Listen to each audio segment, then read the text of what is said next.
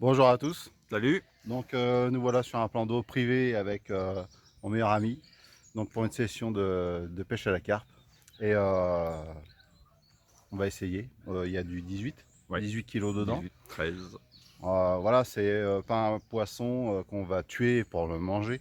C'est un poisson qu'on va remettre à l'eau, le soigner avant, le soigner dû à peut-être à notre pêche, mais aussi parce que c'est un poisson. Dans l'état où il navigue ici, peut très bien se blesser par des branches. Ça peut être suite à une fraie aussi, Hmm. donc une Une maladie. maladie, ouais, une maladie. Donc on peut appliquer des produits dessus. On va essayer de vous montrer un petit peu tout ça sur ce secteur qui est assez beau, vous pouvez voir. C'est pour le plaisir de pêcher. Et, on a aussi de la carpe koi. C'est des poissons qui sont bien colorés, bien. Bah, vous verrez si on arrive à en choper une. Voilà, mais c'est vraiment pour le plaisir de la nature, de pêcher et du respect du poisson surtout. Et de se retrouver entre amis. Après une bonne semaine de boulot et une bonne année de boulot aussi. Voilà. Voilà, donc on va essayer de vous faire tout voir de A à Z. Alors pas l'installation du matériel forcément, Ouais. peut-être que voilà, ça peut être une découverte pour certains. Donc expliquer de quoi, enfin qu'est-ce qu'il faut avoir pour pêcher la carpe, pour protéger le poisson une fois qu'on le sort aussi. Ne pas le poser par terre, hein, évidemment, parce qu'il y a des Ouais. poissons qui n'ont pas d'écailles. Il y a des carpes qui n'ont pas d'écailles, c'est des carpes cuir. Et ils ont juste la peau, donc poser par terre dans des branches, vous voyez, c'est déjà ça saute un petit peu. Voilà, vous voyez là-bas. Donc essayez de vous faire voir le matos, un minimum nécessaire pour prendre soin du poisson et le relâcher dans des bonnes conditions aussi. Ouais. Je vous dis à tout à l'heure. Et si vous aimez le camping et la nature, ça c'est une Ah oui, passion c'est clair. faite pour vous. Voilà, c'est ça. À table.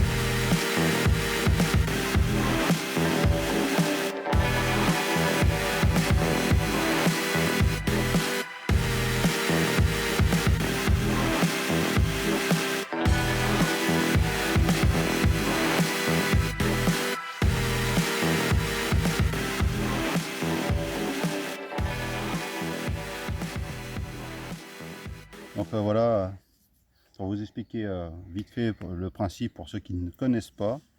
Donc ici nous avons un badling pour la carpe. Avec ça, on appelle ça le cheveu. Voilà, ça c'est un hameçon avec micro-ardillon. Une gaine qui peut donner, donc une fois dans l'eau, la gaine elle ramène un petit peu le fil, comme ça elle ferme un petit peu.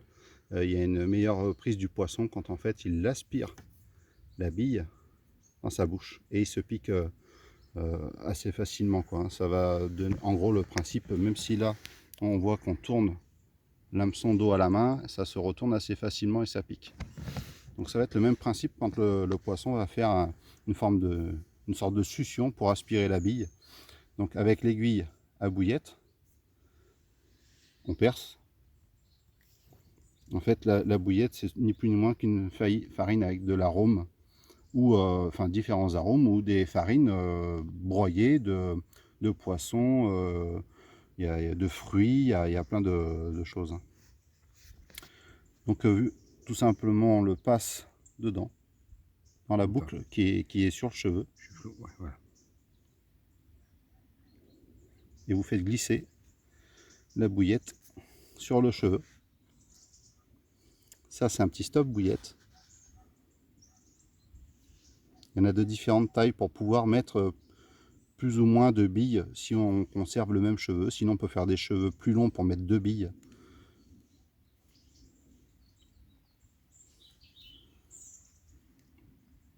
Donc voilà. Et on le fait glisser jusqu'en bas pour bloquer la bille.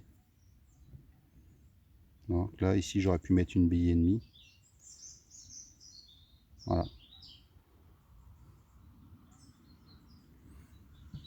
Donc ça va se présenter dans le fond de l'eau, à plat comme ça, avec le plomb ici. La carpe va aspirer et se piquer. En fait, on peut mettre de la flottante, mettre une petite bille encore pour rendre légèrement flottant dans l'eau. Avec des petits mouvements d'eau, ça va suivre en fait. Ou simplement vraiment au fond, collé Équilibré. au fond. Il y a équilibré, très flottant. On peut choisir la longueur, on peut mettre un petit plomb ici sur le bas de ligne et choisir la hauteur où ça va être flottant. S'il y a des écrevisses, on va essayer de monter un petit peu pour éviter que les écrevisses mangent la bouillette. Sinon, on peut laisser au fond sur des parties dures. Voilà, ça dépend de votre fond, hein. S'il est dur, s'il est sableux, vaseux, il y a tellement de choses que... Voilà. Donc voilà comment faire un lancer quand on n'a pas de bateau. On prend son temps. Impeccable. Bah forcément, ça vient pas tout de suite, hein. Il faut faire plusieurs lancers pour être sûr de là où on veut atterrir. Et ça se passe comme ça. Et après, on pose les cannes. Et on vous expliquera la suite. Donc une fois qu'on a lancé, hein, ici on a ce qu'on appelle un détecteur. Il en existe plusieurs sortes. Ça c'est un snack bar. Je préconise ça pour les cannes qui sont de côté. Au milieu ça sert à rien si on est sur un plan d'eau comme ça. Ou en rivière aussi. Pour les départs vraiment latéraux très très puissants. Parce que la canne peut sortir et se retrouver à l'eau si elle n'est pas attachée derrière. Donc avec des grands courants et des gros poissons, ça peut aller très très vite, vous pouvez perdre votre canne. Ici on a un écureuil, il y a deux petites billes aimantées dedans, qui va servir à bloquer le fil. En fait tout simplement, si on a une touche de retour, ça va descendre. Donc c'est un poisson qui revient vers la canne. Ça peut être un départ aussi, mais de retour. Si c'est un poisson qui part, ça va monter. En cas de vent aussi, ça peut être un moyen de garder le fil en tension. Là, on voit que c'est tenu par des ressorts ici, dedans, hein, à l'intérieur. C'est profilé justement pour les vents latéraux. Et ça va pas trop se balader comme ça. Par contre, ça va bien garder le fil en tension. C'est pas une corde à linge non plus, hein. Des fois, on peut pêcher fil légèrement détendu. Là, on le garde légèrement en tension. On connaît le plan d'eau, on connaît le poisson d'ici aussi. Il y a juste à allumer après là. S'il va y avoir une petite touche pour nous indiquer que ça commence à goûter, hop, vous voyez, ça va commencer à sonner. Et quand c'est en pleine nuit, on peut baisser le son ici. On a une centrale ici, voilà, qu'on peut mettre à côté de l'endroit où on dort. Ça va s'allumer en correspondance avec le détecteur. Voilà.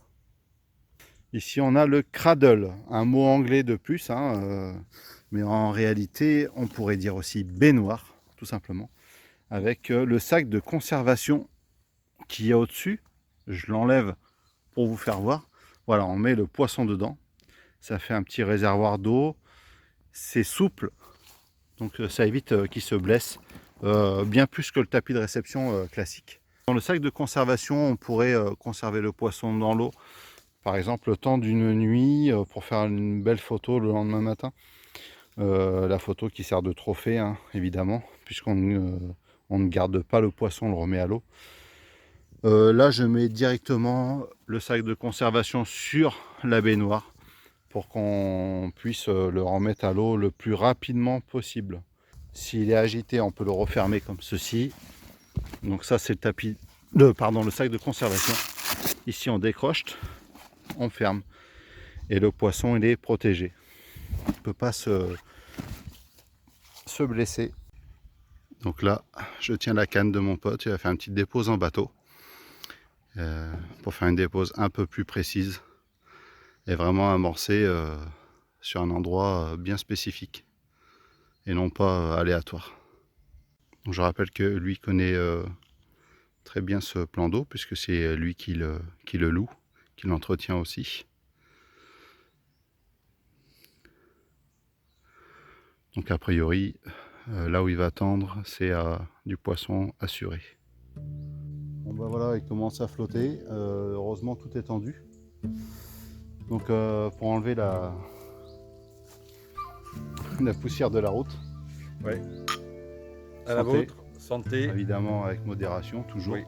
Bah, On n'est pas à l'abri d'un accident avec les hameçons et tout, donc toujours On garder. fait du bateau aussi, on y va mollo. Comme vous voyez, il pleut, on choisit pas sa météo. Alors c'est un peu léger, hein, il pleut pas très fort heureusement. La chose de bien, c'est que ça oxygène l'eau. Moins bien, c'est que suivant la température de la pluie, en fait, ça peut modifier les températures en surface. Donc le poisson va au fond, on dit qu'il se tanque pour trouver une température un peu plus stable. Hein, ce qu'on comprend même nous, hein, on préfère éviter des variations de température comme ça, chaud-froid, d'un coup on sait qu'on peut vite être malade. Bon là j'imagine que le poisson se sent mieux à une température plus stable. Donc on va garder espoir, il n'y a pas de souci là-dessus. On est au début de notre session de pêche et c'est pas un peu de pluie qui va nous démotiver, pas du tout.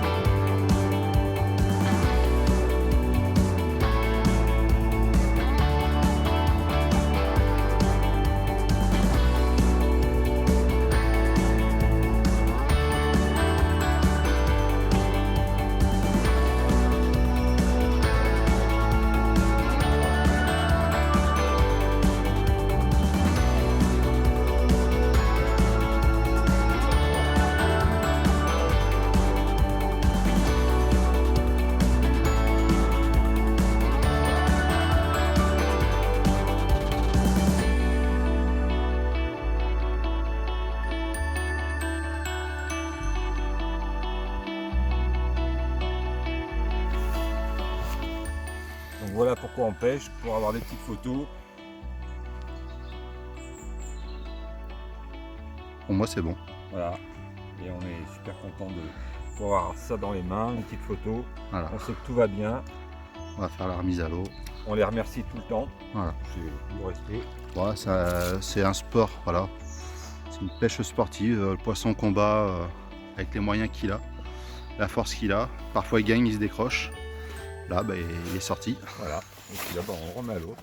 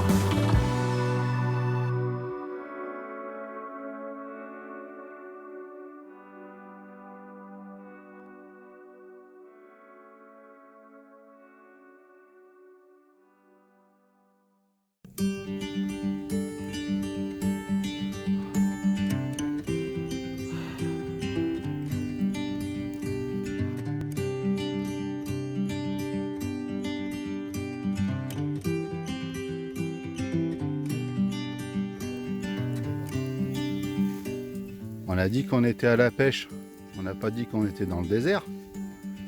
Donc un peu de samoussa et un peu de nem, c'est bon. Les seules barrières qu'on a, c'est celles qu'on se met. Hein. Donc après, il faut un peu d'imagination.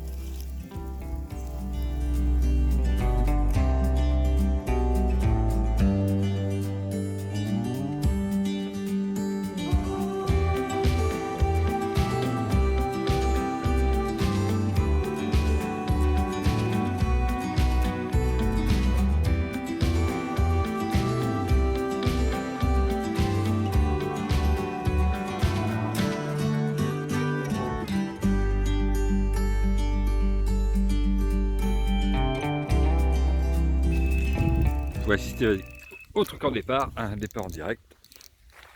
Mon poteau.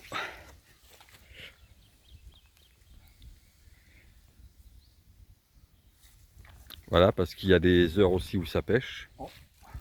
Ça a l'air d'être pas trop mal. Ça n'a pas l'air d'être mal, ouais. C'est souvent pendant l'apéro. Vous voyez, il a toujours le fil en tendu. La canne est toujours... ça n'a pas l'air si gros que ça. Non, c'est pas l'air si gros. Mais on évite toujours de donner du mou sur le fil. C'est là où la carpe peut se décrocher. Donc on laisse toujours le fil en tension. Donc on mouline, on tend, on mouline quand on revient chercher le fil pour que ça reste toujours en tension.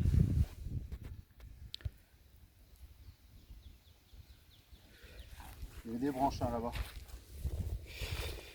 Oui, c'est possible. Oh, on va pas vouloir venir. C'est pas une toute petite. Ça c'est sûr. Alors je suis désolé pour... C'est pas une grosse non plus.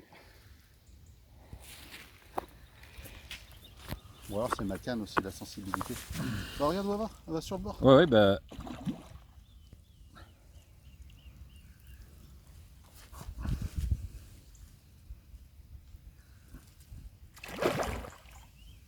Ah ouais, dès qu'elle voit les tablettes, hein. Ah ouais, elles sont... C'est bon. Faut pas qu'elle passe...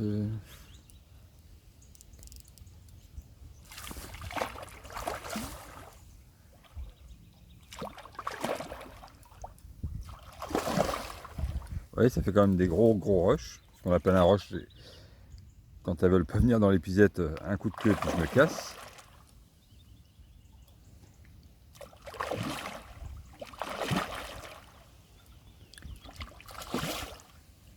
Alors, le but du jeu, en fait, c'est d'essayer de sortir la gueule de l'eau de la carpe.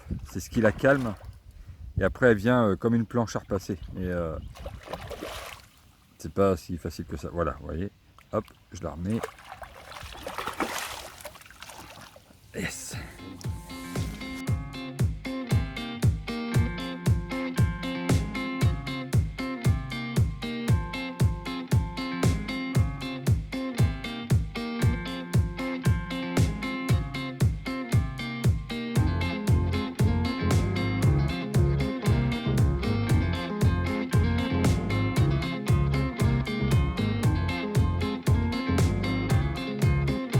Gros départ. Gros départ, un gros rush là. Il était en plus sur le ponton là-bas. Et là c'est parti comme une fusée quoi. Bon, ça fait quoi, une demi-heure, 3/4 d'heure que t'as attendu? Elle va à l'île? Ah va à l'île, elle va se mettre à l'abri quoi. Ah oui, on le voit en surface là-bas. Je sais pas si vous voyez la trace qu'il y a eu là, elle a essayé de se mettre directement dans les branches. Là, elle va se mettre dans ton autre canne.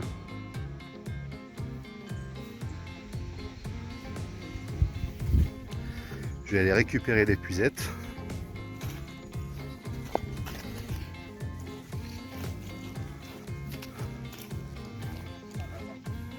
Elle va où?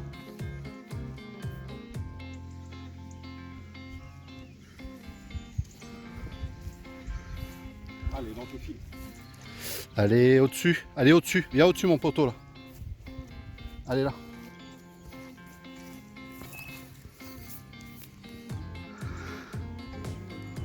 Et voilà. Je m'épose, vous comprendrez pourquoi, parce que là, c'est la merde. Vas-y, nickel. Putain, elle est pas énorme, mais elle a fait un départ de fou, quoi. Elle a failli arracher la canne du support.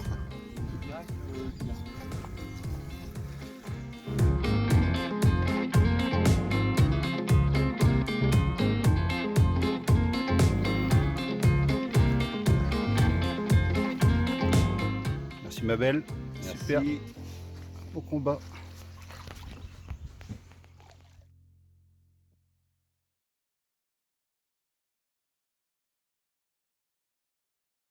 Voilà, ça arrive. Avec une petite canne, vous voyez, au bouchon et au maïs. On fait ce qu'on appelle un carpeau. C'est une petite carpe. Ouais, c'est mignon. Hein, ils sont superbes avec des petites rangées d'écailles au-dessus. Là, il y en a un peu derrière. Deviendra grande. Voilà. Allez. Alors, on peut réoxygéner un peu le poisson. Voilà, comme ça, avant en arrière. Et hop.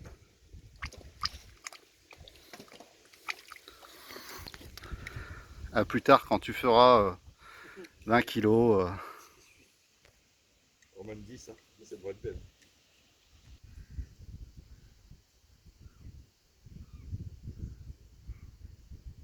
Ça teste. Et voilà. C'est un gros gardon. Ouh, un autre carpe. Une autre carpe. Non, un gardon. Ah, il y a un gros gardon. Non, c'est une petite carpe. Non, c'est un gardon. Non. Une petite carpe. Non, c'est un gardon. Rouge comme ça, plutôt c'est un gardon. C'est une carpe. Ou c'est un carpeau. Ouais. C'est un carpeau. Autant pour moi. Regardez la tronche. Il manque quelques petites écailles. Elle a dû se faire chacailler petite par du black bass ou... hein ouais, je pense. Aujourd'hui, ça a l'air de vouloir donner un peu plus. Et voilà. On a eu la touche, on a tout eu en même temps là. Un gros gardon. Alors ça, évidemment, on pourrait le manger aussi. Hein. Mais on ne mange pas. On va le remettre à l'eau. Là, c'est un hameçon sardillon. Ça va aller assez rapidement. Mais bon, voilà, il faut tout le temps de l'attraper et de ne pas se blesser non plus. Voilà, tout simple. Voilà, bah, il va nous refaire un fiche. Ça sent l'épuisette là. Ah, un carpeau pris par le dessus. Ah, c'est un carpeau hybride. C'est un hybride. Ah, j'ai cherché la petite épuisette là, bouge pas. Bah, vous allez voir un autre carpeau, alors hybride. C'est un mélange de coille et de carpe. Ce qu'on appelle hybride.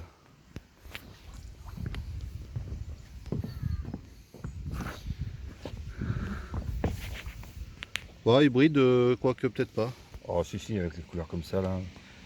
Là. Ça, c'est hybride, ça. Bon, j'ai pas le focus évidemment.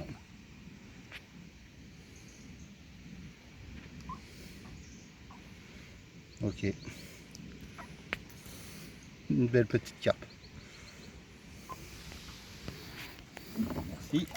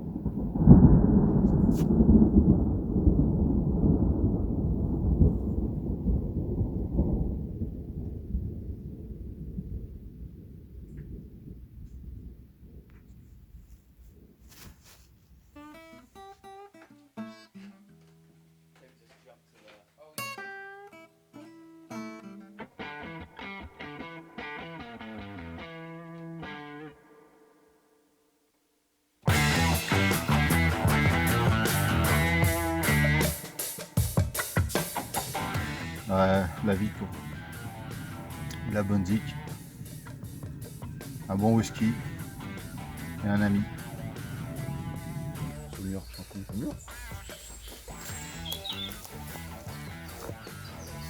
hier, bah, on a dit que c'était où ça? C'est du vin de notre région. Ouais.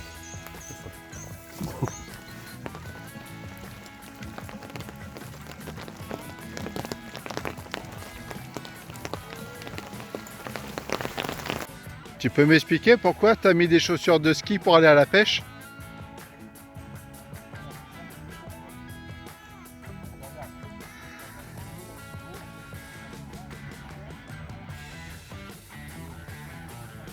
Il parle. Il croit que je l'entends toujours, mais il est au loin là-bas.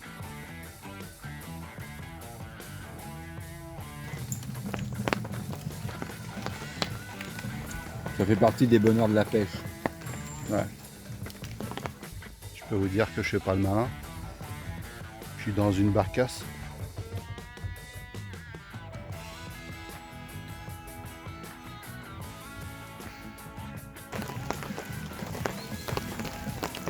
Si vous êtes vegan, cette vidéo elle est pas pour vous. Pas vegan. C'est vegan.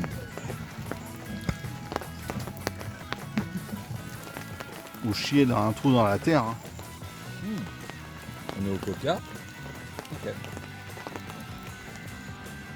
On est toujours dans l'attente d'un départ. On n'a rien pour l'instant, à part une branche.